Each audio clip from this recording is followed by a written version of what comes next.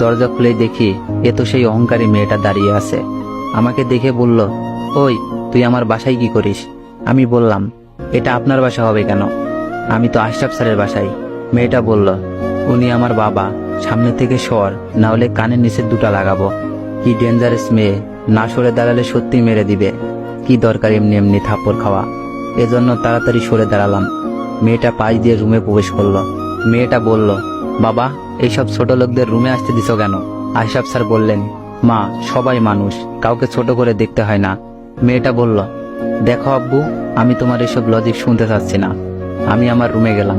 মেয়েটা হন হন করে দোতলায় উঠে গেল। আশরাফ স্যার বলল, তুমি ওর কথাই কিছু মনে করো না। আসলে মা মরা মেয়ে আমার, একটু বেশি আদর পেয়ে এমন হয়ে গেছে। তবে ওর মনটা অনেক ভালো। মনে মনে বললাম, কেমন মন ভালো সেটা আমি খুব ভালোভাবেই জানি। অ্যাক্সিডেন্ট করতে লাগছিল, হাত ধরে টান দিয়ে বাঁচালাম। সেজন্য নিজে তো থাপ্পড় দিল, সাথে আরেকজনকে দিয়েও থাপ্পড় দেওয়ালো। কি হলো, কিছু বলছো না কেন? আমি এসব কথাই কিছু মনে করি না, বাদ দিন ওইসব। এখন বলেন, আমাকে কি কাজ করতে হবে? আশরাফ স্যার বললেন, কাজ বেশি কঠিন না।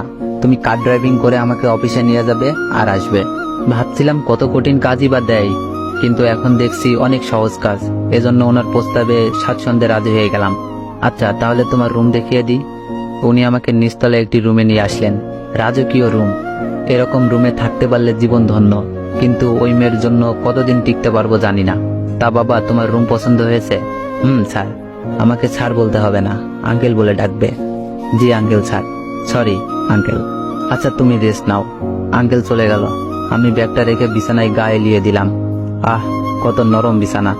জানি না এই এতিমের কপালে এই বিছানা কতদিন আছে। রাতে খাওয়ার জন্য বাইরে যেতে লাগছি। এমন সময় আঙ্কেল বলল, অনেক, কোথায় যাও? জি আঙ্কেল, খেতে যাচ্ছি। তুমি আমার বাসায় থেকে বাইরে খাবে, এটা তো হয় না। আজ থেকে তুমি আমাদের সাথে খাবে। ফ্রিতে খাওয়া পেয়ে গেলাম, তাই সাত পাঁচ না ভেবে রাজি হয়ে গেলাম।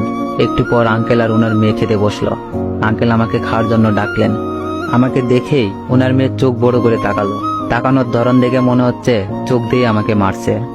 আমি কোনো কথা না বলেই খেতে বসলাম। আঙ্কেল বলল, তুলে নিয়ে খাও। আমি প্লেটে ভাত আর মুরগির মাংসের কয়েক পিস তুলে নিলাম। এরপর খাওয়া শুরু করলাম। আস্তে আস্তে সব খাবার শেষ করলাম। এরপর রুমে চলে আসি। সকালে উঠে ফ্রেশ হয়ে নাস্তা করলাম। এরপর আঙ্কেলকে নিয়ে ওনার অফিসে গেলাম। যাবার সময় আঙ্কেল বলল, তোমার ড্রাইভিং লাইসেন্স আছে তো? ড্রাইভিং লাইসেন্সটা তো ভুলে সেই রাজশাহীতে রেখে আসছি। এজন্য আঙ্কেলকে বললাম, না আঙ্কেল। আচ্ছা, আমি আজকের ভেতরেই সব ব্যবস্থা করে দিব। বড়লোক মানুষের বড়লোকই কারবার। আমার তাড়াতাড়ি ড্রাইভিং লাইসেন্সটা পেলেই হলো। আঙ্কেল বলল, আশেপাশেই থাকো, আমি একটাই বাসায় যাব। আমি আশেপাশে হাঁটতে লাগলাম। অনেকক্ষণ ঘোরাঘুরি করে অফিসের সামনে চলে আসলাম। একটু পর আঙ্কেল চলে আসলো।